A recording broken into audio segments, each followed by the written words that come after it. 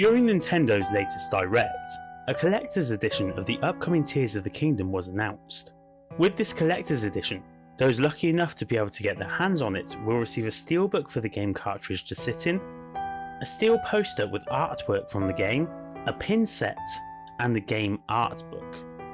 These extra goodies sound great, but while artwork has been printed into a hard book, it was impossible to believe that we wouldn't get spoilers in the run-up to the game's release on May 12th. It happened sooner rather than later, as on February the 19th, Reddit came to life with leaks of the Artbook, with the whole 206-page document being shown off in all of its glory. To some of you, this video will contain too many spoilers for you to handle, and I completely understand that, as if I wasn't making videos about the content in Zelda games, I would have avoided this like the plague myself.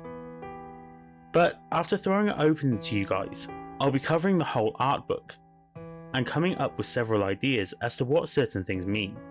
Now, not every page is something pertinent to the game, and a lot of the artwork is based on new outfits and existing scenes that we have already seen, but there is a lot of juicy information in these pretty pictures. Also, please note that this is a Japanese version of the book. I have managed to translate some of this, but it is via the power of Google Translate, and may not be 100% reliable. So let's get on and do it. Let's look at this mega leak from Tears of the Kingdom.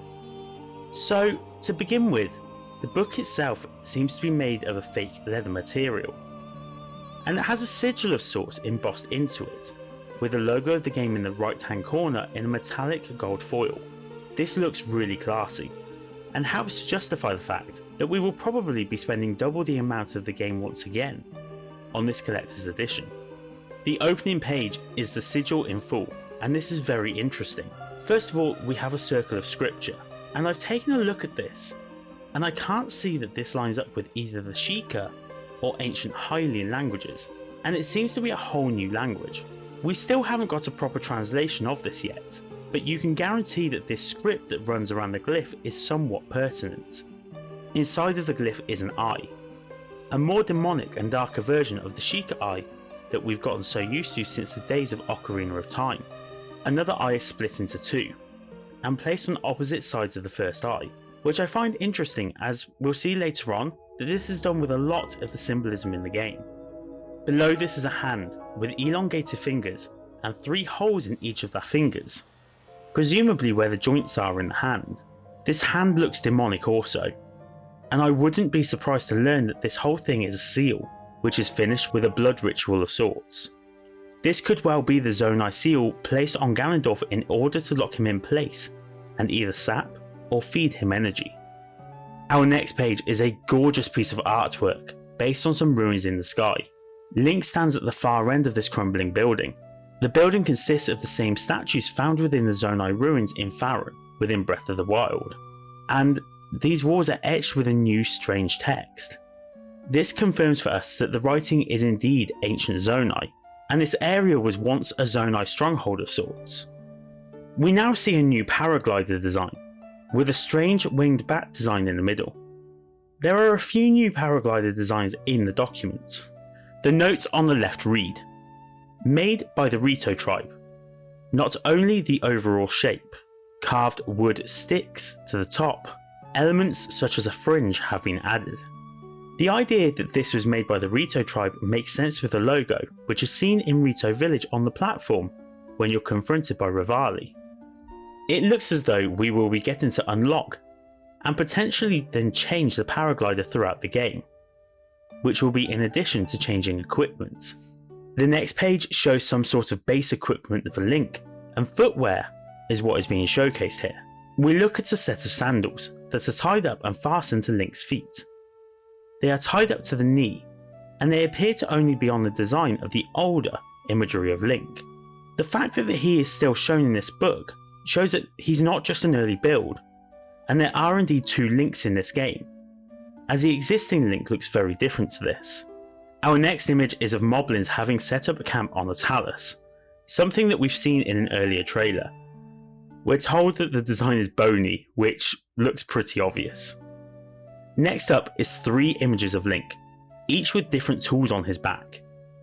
In all of them they feature a pickaxe. and the caption at the top reads Reconnaissance Team Luggage Adjustment. I'm guessing here that we have some form of side quest design, where Link is asked to go digging for parts, presumably for his new vehicle crafting.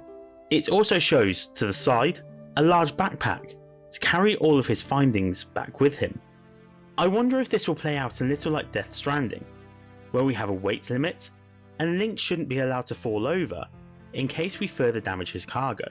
Impa features next in one of the most important information-packed pages in this whole document.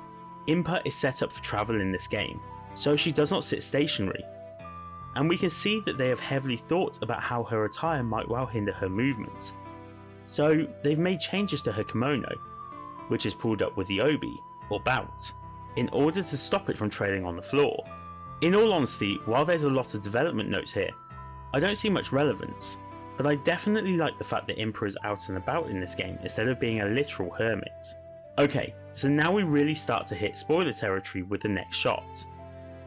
This piece of artwork is stunning, and I would love to get this on a canvas.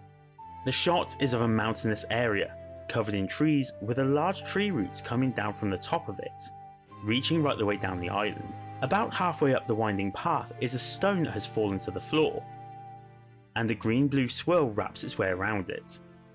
So now we know that these stones are not just floor-bound, but sky-bound also. This means that they must be linked. Whether it's that Link touches these and the island becomes more visible from the sky, or that you visit this as an older version of Link, like the one that we've seen pictured in trailers many times, and then they appear for the hero of the kingdom, is another matter. Next up, we have a new treasure chest design, and these look, well, insane. They're big, stone-domed blocks, as chests usually are, but the design on the lid is made to look like two large red eyes. And the lid appears to have large white stone slabs hanging from underneath, resembling teeth. These are so cool. Though I don't think these are used throughout the game. Maybe in formerly controlled zonai areas, like the Sky Islands. We get to look at two new swords here also, and I think judging by the hilt and the handle, they're two-handed swords similar to a bastard sword. The designs appear to be of fire and ice, but the translations read back as diamond and amber, indicating that these rocks are made of mineral, which makes sense given the ore on top of the hilt.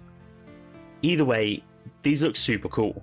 We have a mask that looks suspiciously like the Hawkeye from Twilight Princess next, and it looks so cool. The lenses on the glasses are very thick, and apparently are made of the bottoms of bottles. As we come onto the next page, we take a more intricate look at this, and it appears to just be called a mask right now. There are a lot of developer notes about how it would tie to Link's head, and the fact that the beak is empty, but there's nothing of massive importance. Later on though, we do see more characters with these masks, so it seems to be an important feature of some form. We come on to now what seems to be a complete wingsuit. How many methods of travel does Link have in this game? The developer notes talk more about the pattern, and how it's not deliberately straight because it's meant to look hand-drawn, and that there's a lining on the inside of the wingsuit. It's nice to see this much attention to detail, but it's not important to anything within the game. I mean, I'm not sure I'll ever look at this wingsuit and think, oh, the arrow pattern on the lining is slightly thinner to the cape section. After we get more information about the wingsuit, which seems to involve us putting a tie into our socks, I have no idea on this, honestly, and what relevancy it has to just about anything. And I think this will be given to us along with the Rito version of the paraglider, when we visit the Rito later in the game. Now we come on to some amazing artwork. We see Zelda staring at some script on the wall of a cavern. Link stands off to an angle at the entryway of the location, and up against the wall in several locations are the same Zonai dragon statues that we've seen before. The lighting in this area is fascinating, and repeated in many of the sky areas in the game, with them reminiscing dragon eggs. The Zonai seems to be heavily linked with the dragons, and I wonder now if the ancient dragons that roam Hyrule know of, or were once worshipped by this mythical race. We now see a giant blue shell speckled with white. I think this is a part of stage design, maybe for somewhere within Zora domain. On the same page is what seems to be an unrelated design, and this one really gets me because it would seem as if we have another tribe within the game, or at least a new collective of people. They all seem to dress like mushrooms in what seems to be an Easter egg to Toads in the Mario games. They wear mushroom hats, all of their clothing has a mushroom theme. In fact, they all seem to have a rucksack that has a gold mushroom coin in the middle of it. They all seem to carry lamps on the rucksacks as well, that look like a mushroom-styled version of the lantern from previous games. We're in full-on race identifier mode now, as we come to the Gerudo and a new design for them, including multiple hairstyles, new boots and sandals, as well as new tattoos for them. They look so much more badass now than they ever did in Breath of the Wild. And I can see these being a pesky hindrance, rather than them helping us, as they seem to have a dark look about them, potentially due to the makeup on their face. Now that Ganondorf is back, I wonder if the Gerudo will go back to worshipping their King of Evil. We jump all of a sudden to Fish. This guy is called a red-headed conch, and the pattern of dots seen on its side is attached to its body rather than being a part of the body. A note here says that its heart is deformed in relation to normal fish, which tells me that we may well be catching fish, and then using their organs the same way as we cooked them in Breath of the Wild. By this point, we've reached page 21, and we're finally seeing something familiar. In the second teaser trailer of the game, we saw Link fighting something similar to this totem pole looking creature. There aren't many notes to go on here, but what I can see is that the arms are designed to move, presumably around in a circle, and the whole thing is designed to possibly rotate. There's an eye at the top of this statue, and the top set of arms are imbued with the same magic as Link's. Here we basically have the image of a totem pole that spins, with an eye at the top, and it's magical. This is an ancient device, and I think it's very likely to be a new rendition of a BMOS enemy. Okay, so this next page is really spoilerific, and so if you don't want something too heavy, I suggest skipping ahead. I've laid out this section as a separate chapter, so you can just mosey on ahead if you feel like you don't want anything ruined here. The next page is a whirlwind of information with no actual info being given. We have a chamber, with camel motifs adorning the walls. Hieroglyphics are scattered across the walls with rudimentary drawings underneath. This room looks incredibly Egyptian, and considering how many different cultures we visit in the Zelda series, I'm not surprised about this at all. We see a set of stairs in the middle of the room with two dragon egg torches again, and at the end of this set of steps is a platform that seems to lead to an octagonal altar. This to me looks like the typical ending room of a dungeon within the Zelda series, where you'd find the item you need to collect.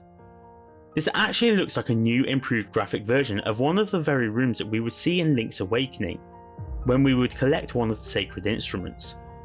I'm sure that in this room we will find one of the 7 tiers of the kingdom. After pages upon pages of heavy content, we suddenly are looking at cheese? It seems as if this cheese wheel has a pattern around the rind, and it needs to be lined up correctly for some purpose. Pass on this one, I have no idea at all. It's probably for a side quest of some form. Not unless now that we find out that we need cheese to beat Ganondorf as he's lactose intolerant. We are back on the pretty tree island next, and we have a building that we can enter. There's more Zonai markings around the building, and in the background is another platform or ledge that we can walk some stairs up to, and from there, there's another set of stairs branching outward again. The next set of equipment must be some form of a Sheikah set. We've got a plumed helmet with the Sheikah eye in the middle of it. Further down the outfit, we have these new renditions of BMOS hanging from Link's thigh, and 3 stone statue heads sat hanging from his waist tasset, much of the same design. There seems to be 2 shields that can fit with this set.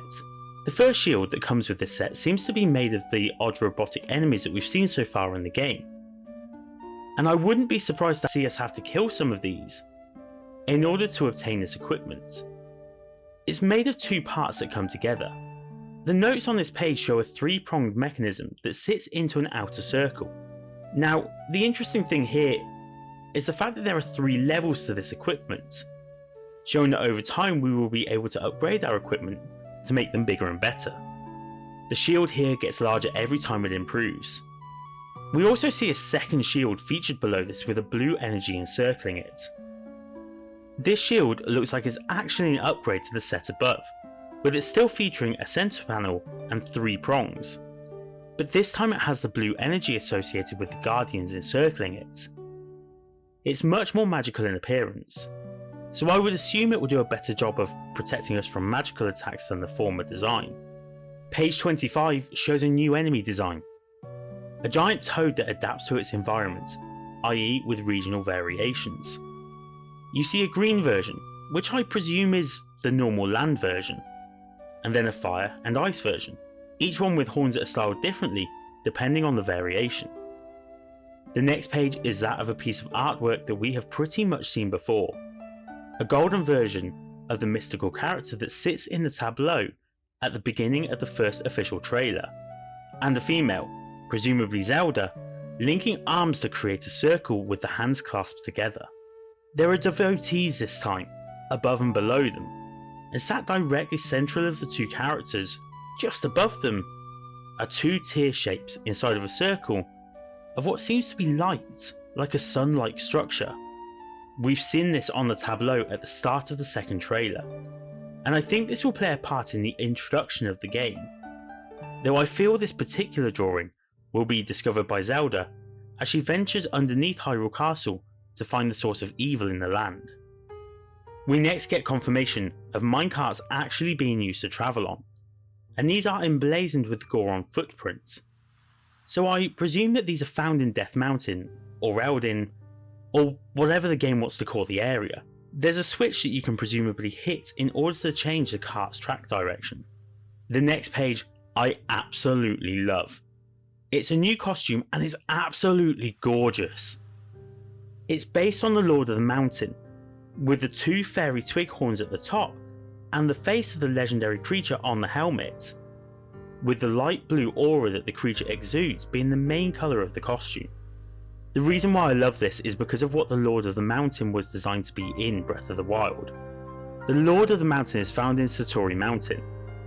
This was of course named after the former president of Nintendo, Satoru Iwata, who unfortunately never got to see Breath of the Wild be released. I don't think anyone can say it has bad graphics because it has no graphics. This is a lovely tribute to the man that made so much of this series happen, and this outfit is absolutely stunning. Cuckoos are back! I have nothing more to say on this, just don't hit them too many times. They're more deadly than Ganondorf could ever be. Now we have a Sheikah parachute, and some artwork of some strange structural pieces. We have some pieces that are styled after tail fins and whale tails, so there's a nautical theme here. These will be all over the Zora area in the game, I'm sure. This next page needs a little explaining. In the latest trailer, we see Link stand on a platform with a series of arms coming out of it, and these look like guardian arms. One of these arms appears to be wielding a spool of wire, which, on this page, Link seems to be carrying around his waist. It seemingly links to the Sheikah slate, which I presume means that, although it will be used sparingly, the slate is back and is powered by this cable, as this is the first time that we see an image with the screen illuminated.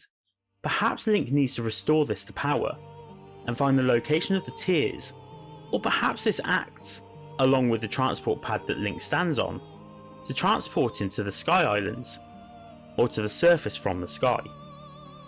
Now we have some newly designed pots. They're very simple in design, white with a strange marking on the front of them. The marking is found in so many areas in this document. My very first thought is that this looks a little like Midna from Twilight Princess. The section at the top could well be her helmet, and then the rest, her face, but I'm clutching at straws here. It also perhaps could be a tribal rendition of the face of the creature in the tableau. To the right of this we have a door mechanism, a series of cogs and concentric circles that has been overtaken by trees.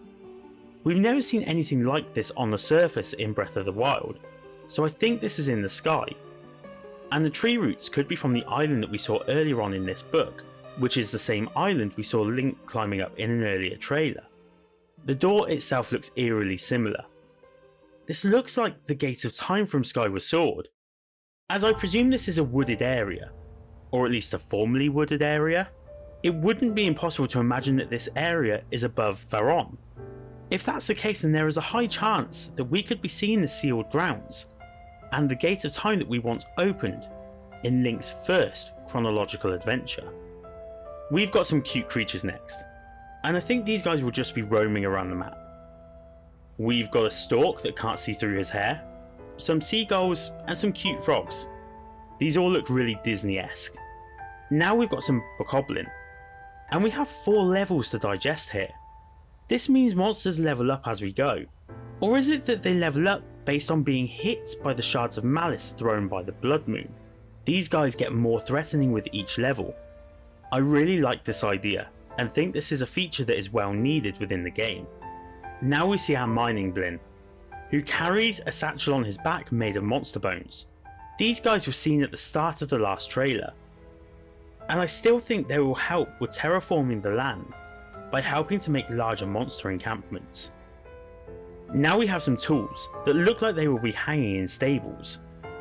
There's a bucket, a pot, a lid, a hook for things to hang on, a hoe and a sickle. Perhaps there will be farming involved in this game, for us to use on crafting potions. Now we have a very interesting page. There are a series of rocks, all of which seem to get bigger and more intense with gems as we go along. These all look like hearts, and at first I thought these may be the new designs for heart containers, and would be designed to be dungeon specific. Since translating these though, I've learned that these are just rocks, increasing in rarity. I don't know what these could be used for yet, but these could just be what the bokoblin are mining for. Now we have a portcullis, leading to a stone circle of sorts. It's guarded by 2 guards, and is flanked by a tower with a beacon that looks like it needs to be lit up. We see a shadowy version of Link in this shot, but I think this is more to show sizing against Link than anything else. So let's not get excited about the idea of Dark Link returning. This area cannot be set in the current world, because it's currently being destroyed, and the banners on the portcullis seem to be depicting the Triforce, which would indicate that this is a royal area. We know that the royal area has been affected by malice in the main map, and this area is incredibly verdant and full of life. This feels like it confirms a time shift of sorts, of a time that is very far in the past due to the gates being very rudimentary and made of wood as opposed to stone. This may well be set very far back in the past, perhaps as far back as the time of the first hero. Now we've got another gate, made of white stone. There's a script on the white stone which seems to be the same scripting in the same new language that we've seen before. In the background of this gate we see a blue and green swirl, the same ones that we've seen throughout the world so far. It looks like we are inside of the area now, with 4 pillars surrounding a central pillar that has the said swirl upon it. This is set in front of an image of the same concentric circles we've seen over and over again, from the moment the collector's edition was announced. This looks like a puzzle of sorts. We have a slot in the middle of the structure that contains the swirl, and I think perhaps we need to fill this artifact to get the swirl to drop to the floor level. In my Tears of the Kingdom breakdown video, I picked up on the etchings that were all over the scenery. These etchings seem to depict animals, and I believed wholeheartedly that the marking that we saw as Link looked over the plateau was Varuta. Now I'm not so sure. We see a brand new etching here of what looks like a guardian, but this is a totally new design. It looks like a mechanical version of a scorpion. I wonder if we are to deactivate these sigils by defeating these creatures, and they are actually the bosses of the dungeons to come. Page 44 sees the weirdest looking puzzle ever. It looks like we have 3 cores made up of a series of cogs inside of a cube. It looks like these get stacked on top of each other, but to what end I honestly can't work out. It would seem as if we have an opening to somewhere. We have a door in red, surrounded by a frame in a sandy colour, followed by the rest of what seems to be an old ruined castle.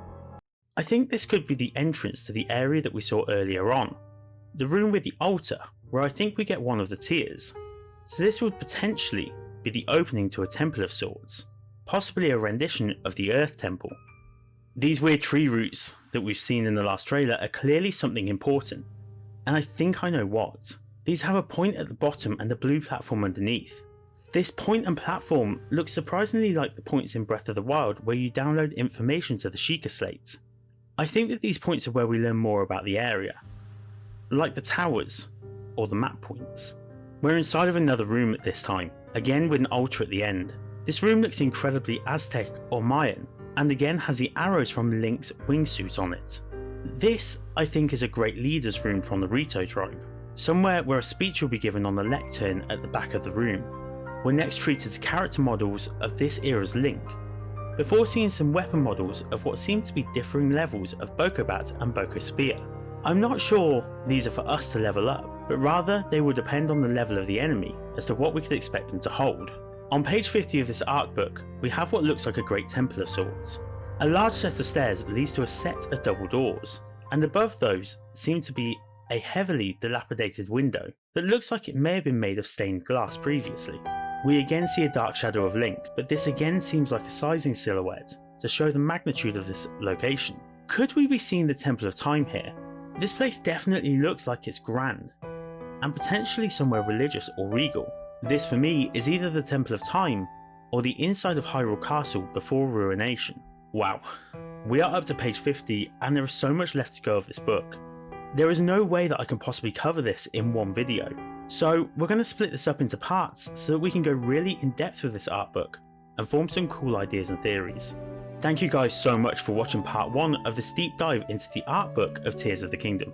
I'll see you all next time. Bye!